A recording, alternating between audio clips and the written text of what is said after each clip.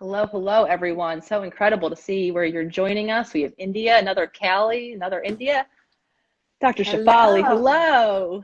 hello. Hello, hello. How are you?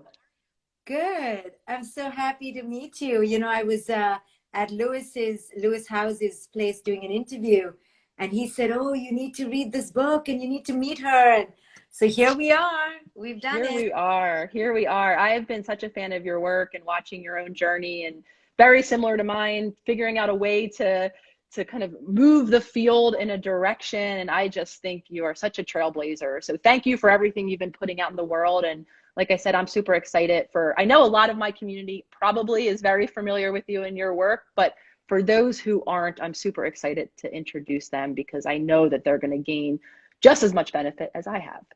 Thank you so much, and I'm so honored to be here, really. Of course. So let's start because I think you break your book down. I blew through it. I don't know if you saw me saying that. I have all these great parts that I want to talk to you about or that resonated with me. The first thing that I was really struck by, Dr. Shefali, is how you broke down the sections of the book.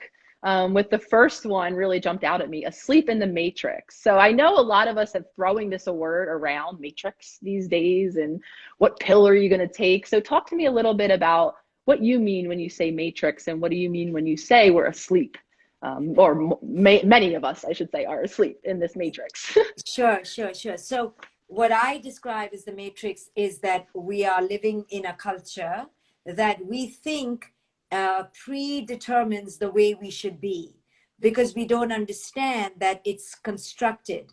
So we live within it as if it's a mandate, a doctrine, a cage where we don't understand that it's a bubble and it literally can change like that. It's like by the flick of the finger. But because it's been brainwashed into us, we think it has caged metal bars that keep us inside, subscribing to it. So the radical awakening occurs when you understand that the cage you live within is a bubble that you can burst with the flick of your finger if your consciousness is ready for it.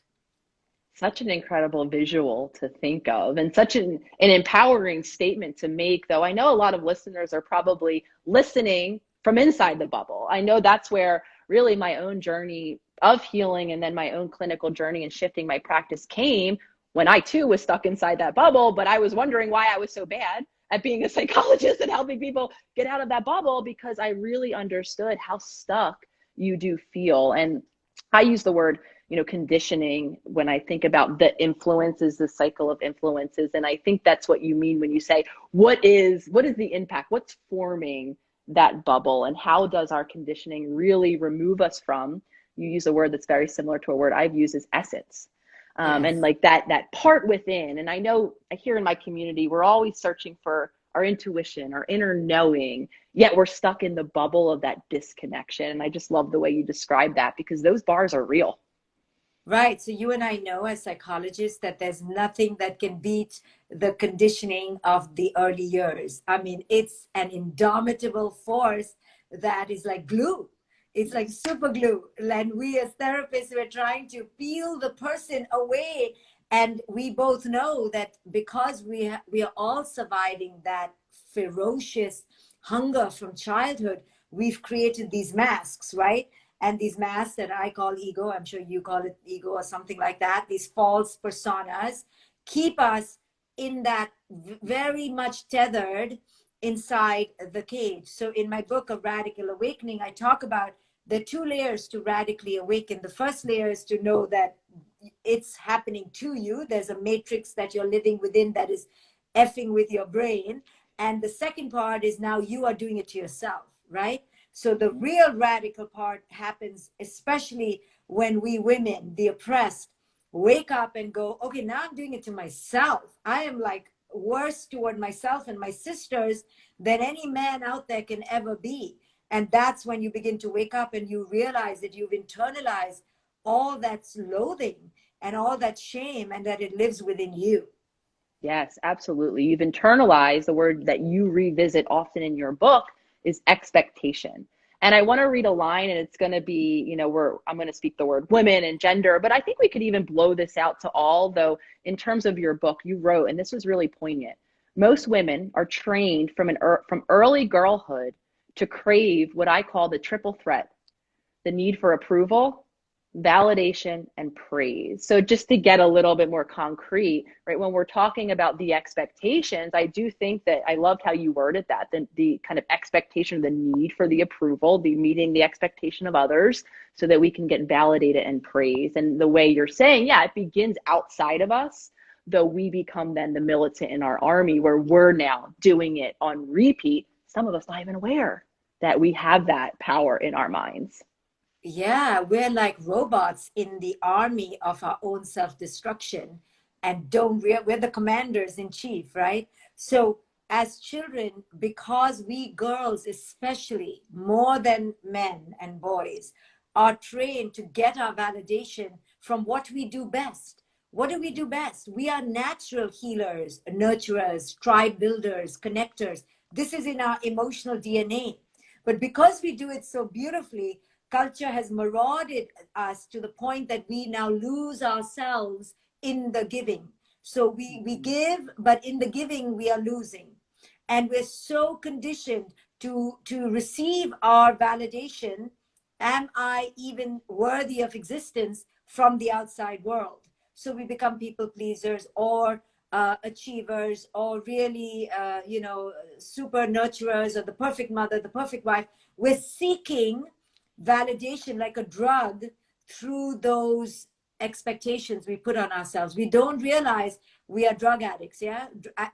Addicts to the drugs of validation, approval, and praise. Yeah. I'm smiling because seeking that perfection, that word is something that really kind of at my core. And for a very long time, Dr. Shefali, obviously coming through the incredible amount of schooling that you and I went to, right? That's the obvious, obviously seeking the achievement, the degree, the letters after my name. I understood that I sought validation in those ways. I like to be perfect, to be seen as best. However, I didn't see how pervasive that was, to the extent that any expectation I would put on myself, even in my relationships, to be the type of partner I wanted to be or thought I could be, was that drive to that perfection. And when I didn't meet my own expectation, or to complicate things, the expectation that I imagined someone else had of me, I would beat myself up. And I didn't realize for a very long time how pervasive that drive for perfection was. Because I think a lot of us naturally intuitive, like, oh yeah, achievement, degrees, accolades. So I think a lot of us push ourselves in many different ways and we're not even aware of it. I know. We're just like compulsive, like it's just in our emotional wiring, and we don't even see that it is something that we have inherited because we grew up like that. And we can see it when we begin to break down. So breaking down as a therapist in a weird way is the gift, right? And as a therapist, we are waiting for rock bottom. We're like, when will this person wake up? And that's a terrible thing to want, but it's a beautiful desire because we know it's coming. And so when is the wake up call going to be the real wake up call? So, people don't even know that when their jaw is clenched, that is anxiety. When their chest is palpitating, that is anxiety. When they're cursing and yelling all the time or eating 10 cookies a day, that is yourself out of alignment. Something is awry, screaming, help me, help me. And we're not listening because our robotic compulsion is to keep going. But one day it's going to break down because the false self cannot last. And that is an opportunity for a radical awakening. It is the radical awakening moment, but we're so afraid of it that we run back into our shell. Yes, yes. Well, the unfamiliar, as we talk about in my community, at extent, is very uncomfortable. It is something to run from. But you're bringing up another point that I think is interesting here, and I love what you do in your book. So the point you're bringing up is, for so many of us, Dr. Shefali, we haven't known any different. These are masks that we have been wearing from as young as we can remember. And you present this whole, I think it's in your Confronting the Shadow section, of all of the different faces of ego, where, for lack of a better word, archetype comes to mind for me, just because that's what I call it. But you do you do provide these roles, right? You do show, like, these are masks that so many of us wear. And the point being, I think, is that we wear that for so long And we may maybe feel the effects of it. We might feel disconnected. We might feel unfulfilled. Some of us might even feel angry and resentful of the world around us because our needs are consistently not met, though we don't have a point of contrast because there's no other way we've known. So I love how you provide, and I think that's what's such an incredible, I mean, the whole book from front to back, but I think that people are really helped when they're able to see themselves in these shadows that you present. So I think you did a really, really great job. And I'd love for you to say a little bit about the shadows and then again, the role that they play. You know, so that's why books like yours and mine are so, I'm praising ourselves, I just realized, but it's okay. It's okay. The reason why they're good books is because, like you said, we don't know that we're going through an experience. It's nebulous. It's what we've always done. It's the fish in the water, doesn't understand it's wet. So we need somebody to show, oh my goodness, that's me, that's me. This is the path. So in my book, I separated it into the different journey, the different aspects of the journey. The first part is that to recognize you're asleep. How to know I'm asleep? So I talk about that, and I use my own example very deeply about how I was asleep, and I was in a haze and a daze and a fog. And then the next phase is where you begin to wake up, and the first thing you have to confront are these false selves that you've been living. I've been living like a people pleaser all my life. I've been living as a conflict avoider. Oh, shoot. So the different faces that I talk about, archetypes, are the ones that I see women typically take are the givers, such as the empath, the savior, the bleeding empath, the savior, like you and I are, and how we must constantly gain our validation from the act of giving. And the act of giving is polluted with a desire to receive validation back. It's not pure giving. And then the controllers are the perfectionists, the tyrants, you know, the passive aggressive ones, the shield, the strong one, the helicopter.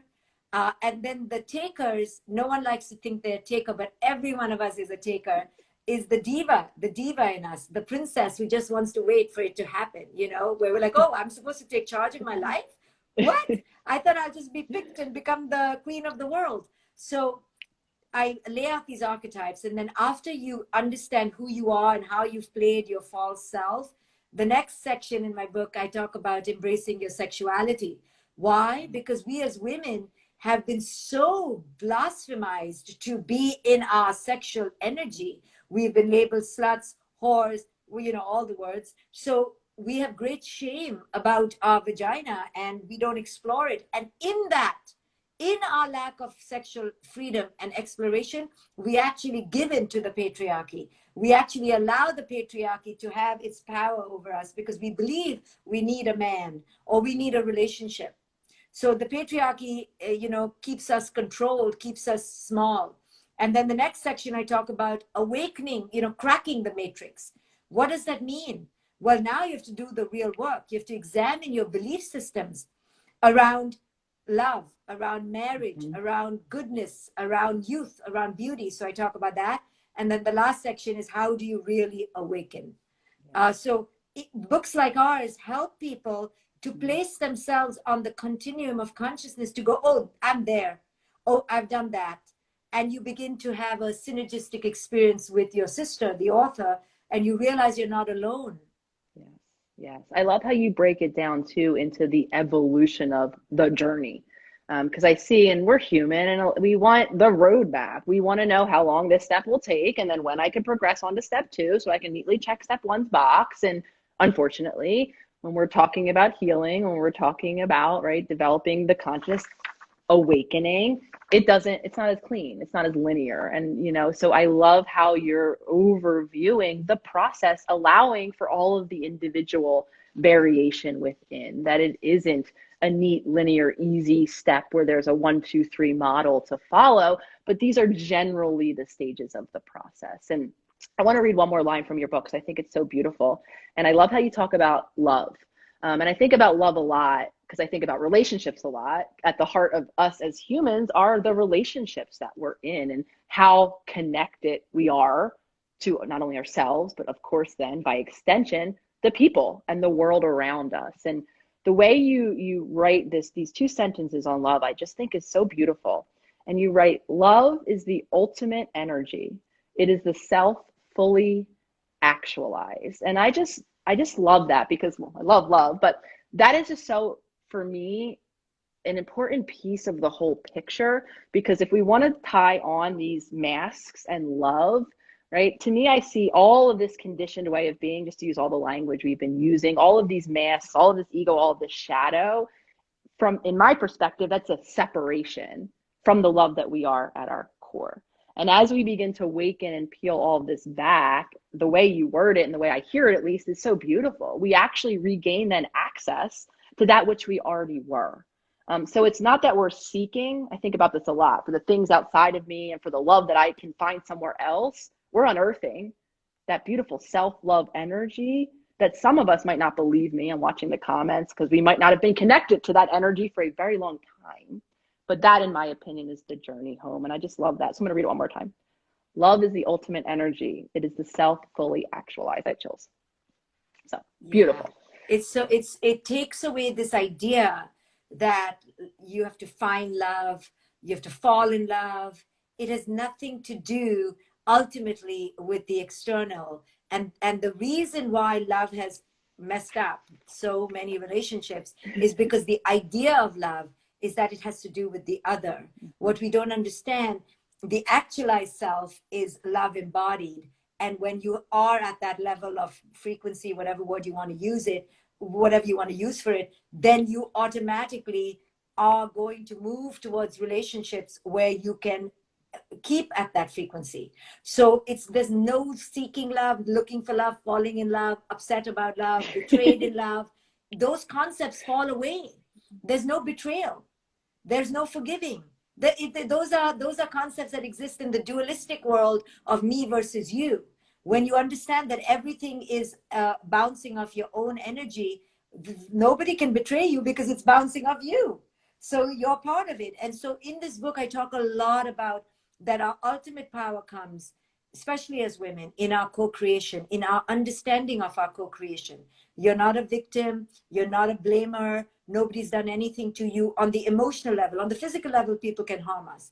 But on the emotional level, ultimately, our radical awakening occurs when we realize our co-creation in our own oppression, right? I write that the lion of the patriarchy can only be fed by the civility of the oppressed, right? There is no outside oppressor without the civility of the oppressed. So we are playing our part. And how are we playing our part? When we look in the mirror and we objectify ourselves way more than any man has ever done, right? They may just say, oh, you have a flat ass, or oh, you're so whatever, or oh, you're so beautiful. But we go, no, no, no. Do you see this? And do you see this? I mean, we are insane. Yeah. We are the surgical critics beyond belief. So who is the ultimate oppressor? Right. We are. Right. If we can, the thought I had too, Dr. Shefali, right there, you're saying that is, if some of us can even look in the mirror, right? So many of us even avert our eyes, struggle to even see the physicality that is us. That mirror work, I think, because maybe I'm even speaking from my own experience, it's hard. It's hard to look at yourself, and then to, the tendency is to look in judgment of ourselves. And you're right. Oftentimes, I say the critical voice, we become the worst enemy. We do become the conditioning that then lives within our head that keeps us trapped, going back beautifully full circle in the bubble. And to empower ourselves, I love that. I actually just got off of a workshop for my Self-Healer Circle where we talked all about our energy in the context of the energy as it connects with the world around us, the energy of other people and the energy of the world, and how ultimately the goal is to empower ourselves, to use the energy that is us, the love energy, the presence that we are. You use that word in your book. I love that, talking about the role of presence, being here, right? And how shifting into that space can be empowering. It can be devastating. There was many participations I had to look at, roles I was playing, masks I was wearing, right? The way I was contributing to not happy, healthy energy, that was painful for me to see in reflection. Though in doing that, it allowed me to create a new reality. And that's what your book does, A Radical Awakening. I've been seeing a couple questions coming in. So anyone who wants the name A Radical Awakening, we'll make sure that when this goes up, we have all of your contact info. But tell us where we can find you, buy your book, learn more from you, Dr. Shefali. Thank you. So they can go to Dr. for Dr. Shefali, SHEFALI.com. They can grab a copy of the book wherever they want, and find me on Instagram. And on Instagram, I think I'm Doctor with a DOCTOR, Shefali. Thank you so much, Nicole, for all the work you do. I hope we work together more. And your community seems so into healing and so enlightened. So thank you for having me. Of course. Yeah, everyone is very excited. We'll make sure that all of your information is linked. Definitely go join Dr. Shefali's community. Definitely pick up her book. I can't recommend it more. It's a great, helpful toolkit just to A, learn about awakening, and B, to help yourself through it. And it is such an empowering process. And like I said, when we began, you are such an inspiration for me and have been very impactful in my own journey. So I will take this moment before we end to selfishly say thank you one last time from my heart to yours. It is knowing that other humans are walking similar journeys that keeps me showing up each and every day. So thank you. Thank you very much, Nicole. Thank you so much. Bye, everyone. Of course. Bye. Thank you, Bye. everyone, for sharing your time and space with us today.